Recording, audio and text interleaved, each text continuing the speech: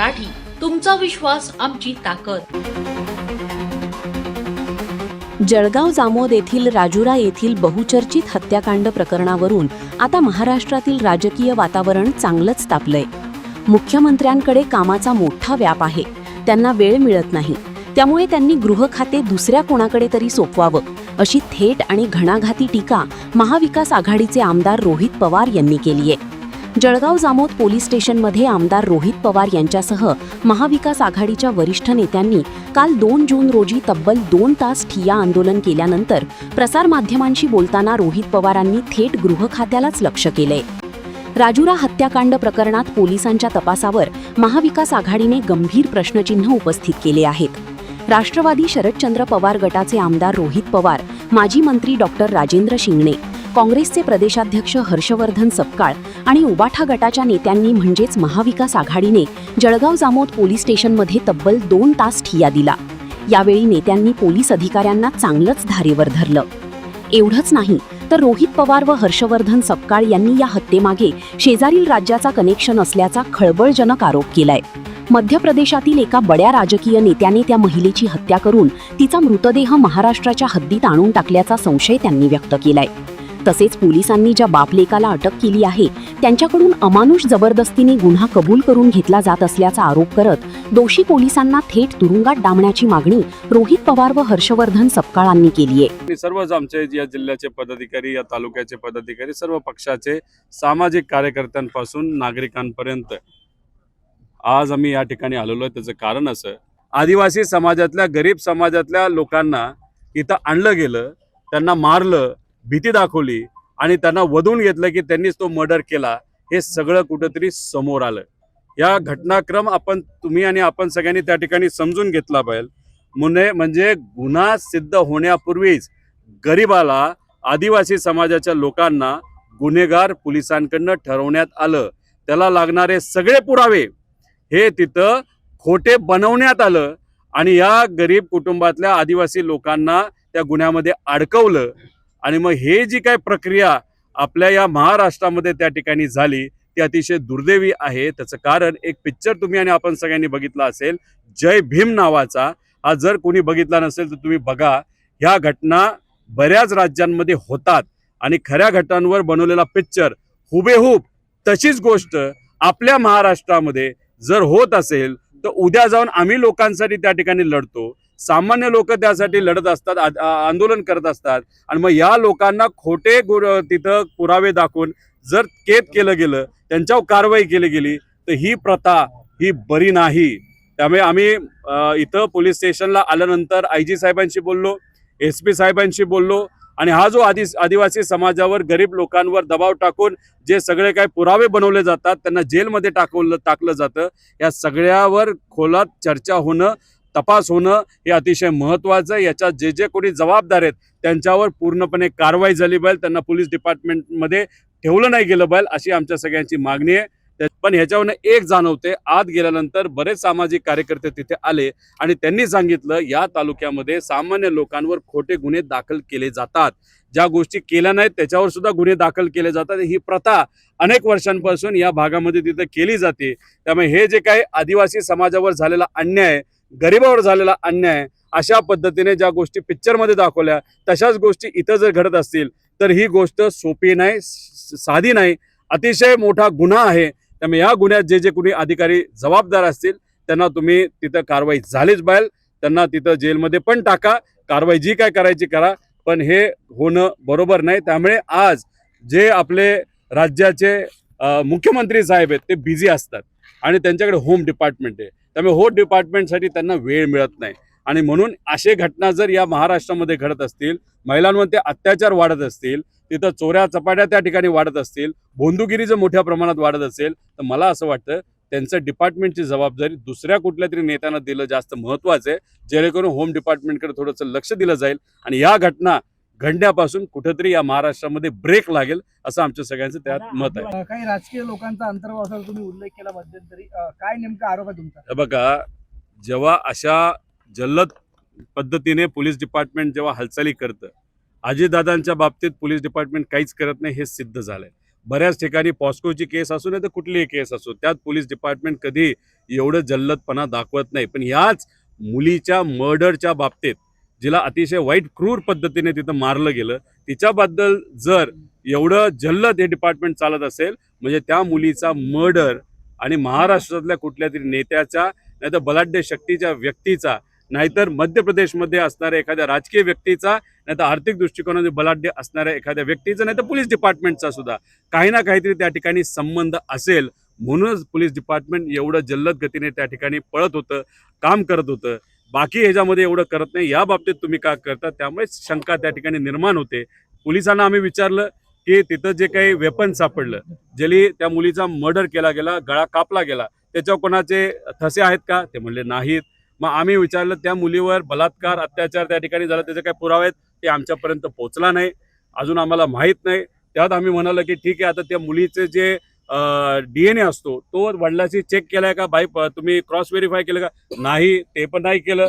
मग हे सगळ्या गोष्टी न करता सुद्धा तुम्ही एखाद्या गरीबाला डायरेक्ट क्रिमिनल त्या ठिकाणी बनवलं, तुम्ही सिद्ध केलं, नाही तर प्रूव्ह केलं, आणि त्याला मात्र फाशीवर त्या ठिकाणी लटकवत असाल. हा गरिबावर, आदिवासी समाजावर, सामान्य लोकांवर झालेला अन्याय आहे. इथं जर ह्या गोष्टी होत असतील तर महाराष्ट्राच्या कुठल्याही डिपार्टमेंटमध्ये ह्या होऊ शकतात, अशी भीती आम्हाला त्या ठिकाणी वाटते. या आंदोलनात सहभागी असलेले काँग्रेसचे प्रदेशाध्यक्ष हर्षवर्धन सपकाळ यांनी तर पोलिसांच्या भूमिकेवरच थेट संशय व्यक्त केलाय.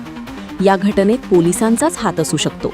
मूळ गुन्हा दाबण्यासाठी आणि हे प्रकरण लवकरात लवकर बंद करण्यासाठी निर्दोष व्यक्तींना डांबून ठेवलं जात होतं, असा आरोप केलाय. रोहित दादांनी सांगितलं आहे. आता 3 प्रश्न उरतात आणि या तिन्ही प्रश्नांची उत्तरं ही आज पोलीस यंत्रणेजवळ नाही. पहिला प्रश्न, तो मृतदेह कोणाचा होता? या प्रश्नाच्या जवळपासही अजून पोलीस प्रशासन पोहोचलेलं नाही, कारण ही घटना 26 एप्रिलची आहे आणि 1 महिन्यापेक्षा जास्ती काळ झाल्यानंतर हा मृतदेह कोणाचा याचा तपास पोलिसांना लावलेला नाही. हा एक भाग. दुसरा, चोर सोडून संन्यासाला फाशी. इथे तर चोर सोडून, खुनी सोडून बापाला आणि भावालाच फाशी देण्यापर्यंत पोलिसांची मदत गेली होती. आणि ती मदत जात असताना त्या कथित मुलीच्या वडिलांना, भावांना इथे आणलं, पोलीस स्टेशनमध्ये त्यांना मारझोड झाली, त्यांच्यावर 3rd डिग्रीचा वापर केला गेला, त्यांच्याकडून खोटा कबुली जबाब लिहून घेतला गेला आणि त्यांचे पोलीस स्टेशनमध्ये गेलेले जे 20 दिवस आहे, त्यांना झालेला जो मनस्ताप आहे, त्यांनी खाल्लेला जो मार आहे, त्यांनी एकंदरीत या संदर्भामध्ये त्यांचं झालेलं जे नुकसान आहे, याला जबाबदार कोण, हा दुसरा प्रश्न आहे. आणि सर्वात महत्वाचा कळीचा प्रश्न तिसरा आहे की आता पोलीस जे आहे ही सावरासावर करते आहे. याच्यातील संघटित गुन्ह्याचा हा प्रकार आहे आणि संघटित गुन्ह्यांमध्ये जे गुंड आहेत त्या गुंडांच्या ऐवजी दुर्दैवानं या संघटित गुन्ह्यामध्ये पोलीस आहे. कारण जळगाव जामोदचं पोलीस स्टेशन हे महाराष्ट्राच्या आणि मध्य प्रदेशचा एक कॉरिडॉर झालेला आहे. महाराष्ट्रात येणारा तमाम गुटखा याच मार्गाने येतो. महाराष्ट्रात अफीमचा जो वापर येतो ती याच मार्गाने, याच कॉरिडॉरच्या माध्यमातून येतो. एवढंच नाही तर नकली दारू देखील याच मार्गाने येते आणि यासोबतच जे देशी कट्टे जे आहेत त्या देशी कट्टे देखील याच मार्गाने येतात. आणि या मार्गाने येत असताना इथले जे दलाल आहेत, याचा व्यापार करणारे जे लोक आहेत, तिथे कुणी हस्तक असतील तो विषय निराळा आहे. मात्र दस्तूरखुद पोलीस यंत्रणा आणि पोलीसचं, जळगाव जामोदचं पोलीस स्टेशन आणि त्यांचे संपूर्ण वरिष्ठ हे यामध्ये त्यांचा सहभाग असल्याचं या निमित्तानं पुन्हा एकदा सांगत असताना त्याचा जो संबंध आहे आणि तात्पर्य आहे तो हा आहे की कोणीतरी मोठ्या या खुनाच्या मागे कोणीतरी एक मोठी व्यक्ती आहे जिला राजकीय आश्रय आहे आणि त्या राजकीय आश्रय असणाऱ्या व्यक्तींनी केलेला जो खून आहे तो मध्य प्रदेशचे पोलीस आणि महाराष्ट्रातले पोलीस, या दोघांना पोलीस म्हणत असताना मला दुःख होत आहे. मात्र हे मोक्काचे असणारे जे आरोपी आहे यांनी या मुर्द्याची विल्हेवाट लावण्याच्या अनुषंगानं हा जे मृतदेह आहे तो आपल्या जिल्ह्यामधून आणून जाळलाय. त्यामुळे यामागे एक फार मोठं कट कारस्थान हे दडलेलं आहे आणि हे प्रकरण थेट सीबीआयपर्यंत तपासाला गेलं पाहिजे अशी एकंदरीत या प्रकरणाची असणारी व्याप्ती आहे. आता यामध्ये छोट्या अधिकाऱ्यांवर कारवाई, कॉन्स्टेबलवर कारवाई, अशी तातूर जी कारवाई केल्या जात आहे ही देखील एक पोलिसांची या प्रकरणाला कुठेतरी रफादफा करण्याचा हा या हत्याकांडातला दुसरा अंक हा पोलीस खेळत आहे. त्यामुळे इथले जे ॲडिशनल SP जे IPS आहे यांच्यापासून बुलढाण्यातल्या LCB पर्यंत आणि LCB पासून जो हा त्रिकोण आहे तो पोलीस स्टेशन पर्यंत या त्रिकोणांनी मिळून हे कांड केलेलं आहे. आणि या तिघांवरही गुन्हे दाखल झाले पाहिजे. आज पोलीस प्रशासन सांगताय आम्ही बडतर्फ करतोय, आज आम्ही त्यांची डिपार्टमेंटल इन्क्वायरी करतोय. अरे डिपार्टमेंटल इन्क्वायरी वगैरे करता हा तुमचा विभागाचा भाग झाला. तुम्ही कर्तव्य बजावण्यात कसुराई केली म्हणून आपण चौकशी करत असाल. मात्र खोटे पुरावे सादर करणे, खोटी कुऱ्हाड, खोटं ज्याची हत्या केली तो सुरा खोटा सादर करणे, त्यावर फिंगरप्रिंट खोटे दाखवणे, खोटे आरोपी पकडून आणले, हा देखील एक मॅनिप्युलेशनचा आणि चुकीचे आरोपी पकडण्याचा हा फौजदारी गुन्हा आहे. या फौजदारी गुन्ह्याच्या अनुषंगानं या तपास अधिकाऱ्यावर आणि या कटात सहभागी असणाऱ्या वरिष्ठांवर ताबडतोबीनं कारवाई करावी या मागणी करतात आमचा ठिय्या आतापर्यंत हा या ठिकाणी चाललेला होता. आणि यासोबतच आरोपी म्हणून पकडले कोण, तर गरीबात गरीब माणूस पकडला, जो भारताचा मूळ निवासी आहे, जो आदिवासी आहे. त्या आदिवासींना पकडून आणलं कारण त्यांचा आवाज जो आहे हा व्यवस्थेपर्यंत ऐकायचा नाही, पोचू द्यायचा प्रश्न येत नाही. आणि या गरिबांना पकडल्यानंतर सॉफ्ट टार्गेट होते म्हणून आदिवासींना पकडून आणलं. आणि या आदिवासींना पकडून आणल्यावर सामाजिक न्यायाच्या भूमिकेतून आणि कायदा हा अंत्योदयाला शेवटच्या माणसाला संरक्षण देत असल्याच्या अनुषंगानं या प्रकरणातले जे पीडित आहेत हे आदिवासी असल्यामुळे या संपूर्ण तपास यंत्रणेवर अॅट्रॉसिटीचे गुन्हे दाखल करावेत या प्रामुख्यानं दीर्घ चर्चेच्या अनुषंगानं आमचा ठिय्या हा त्यासाठीच होता. आज आम्ही आमची रितसर त्या अनुषंगानं महाविकास आघाडीचे आमचे तिन्ही जे नेते आहेत, जिल्हा अध्यक्ष जे आहेत, हे आपली तक्रार या ठिकाणी देत आहे. आणि यांनी जर कारवाई केली नाही तर 8 दिवसामध्ये पुन्हा राष्ट्रीय स्तरावरून या ठिकाणी नेते येतील, आदिवासी नेते येतील, काँग्रेस पक्षाचे नेते येतील, विविध आमचे मित्रपक्ष राष्ट्रवादी सगळ्यांचे आमचे नेते येतील. आणि या प्रश्नांच्या अनुषंगानं आम्ही छडा लावल्याशिवाय राहणार नाही, ही असणारी एकंदरीत आमची भूमिका आहे. आणि पोलीस यंत्रणा आमच्या सगळ्या भूमिकेला आणि आमच्या सगळ्या मांडणीला हो म्हणते. आमच्या मुद्द्यांना कायदेशीर आहे का विचारल्यावर तर हो सांगतात आहे. मात्र गुन्हे दाखल करण्याकरता त्यांचा हात कापतोय. त्यांचा हात का कापतोय तर राज्याचे मुख्यमंत्री देवेंद्र फडणवीस यांचा दबाव आहे त्यांच्यावर. आणि मुख्यमंत्री देवेंद्र फडणवीसाचा दबाव असल्यामुळे या प्रकरणामध्ये योग्य आणि खऱ्या आरोपींवर गुन्हे जे आहेत हे दाखल होत नाही. आणि असे जे गुन्हे घडतात आहे या गुन्ह्याच्या अनुषंगानं महाराष्ट्राचा गृह विभाग हा पांडू हवालदार चालवतोय. याचा प्रत्यय एकीकडे जरी येत असला तरी दुसऱ्या बाजूला गळ्यांनी केस कापण्याचा कावा हा देवेंद्र फडणवीसांजवळ आहे. आणि त्यांच्या काव्याचा वापर करत असताना कोणत्या तरी भारतीय जनता पक्षाच्या नेत्याचं कांड लपवण्याकरता पोलीस या सगळ्या प्रकरणावर पडदा टाकू पाहत आहे. शिवानीच्या बंगाली भावांना न्यायालयाने दोषमुक्त केल्यावर त्यांनी प्रसारमाध्यमावर स्वतः कबूल केलं की आम्हाला बुलढाणा पोलिसांनी मारहाण केली नाही आणि गुन्हा आम्ही स्वतः कबूल केला. याच्यात या प्रकरणाची चौकशी करण्याची आवश्यकता आहे. ते घाबरलेले आहेत, ते बेदरलेले आहेत. आणि काही पोलिसच जे आहेत हे काही जणांना पकडून अशा प्रकारच्या बातम्या पसरवत आहेत. त्यामुळे पोलिसांचे हस्तक म्हणून काही मंडळी अशा प्रकारचा वस्तुस्थितीला सोडून अपप्रचार करताना आढळून येतात आहे. जेव्हा शिवानीच्या वडिलांची मुलाखत घेतल्या गेली, जेव्हा कोर्टामध्ये विचारलं गेलं, तेव्हा शिवानीच्या वडिलांनी सांगितलं की इतना बडा बडा दंडा था और मेरे को रातभर मारा. तो देखील पुरावा आणि तो देखील व्हिडिओ आपल्या सगळ्यांच्या नजरेस आहे. मात्र पोलीस तो मी नव्हेच म्हणजे आता देवेंद्र फडणवीसांना लोखोबा लोखंडे पुन्हा म्हणण्याची वेळ ही या सगळ्या प्रकरणाच्या अनुषंगानं आली आहे. राहुल गांधी राष्ट्रीय पातळीवरून या ठिकाणी जरूर या प्रकरणाला आम्ही साथ घालू. राहिला राहुलजींचा विषय घटना ज्या ठिकाणी घडली त्या ठिकाणी राहुलजी दस्तुरखुद 3 दिवस राहिलेले आहेत. त्यामुळे या परिसराशी त्यांची एक भावनिक नाळ आहे. भारत जोडो यात्राच्या दरम्यान दरोमतचा नारा देत असताना त्यांनी त्या ठिकाणचा मुक्काम राहिला होता. त्यामुळे त्या ठिकाणच्या मुक्कामाच्या अनुषंगानं हे प्रकरण गांभीर्याने घेतलंय.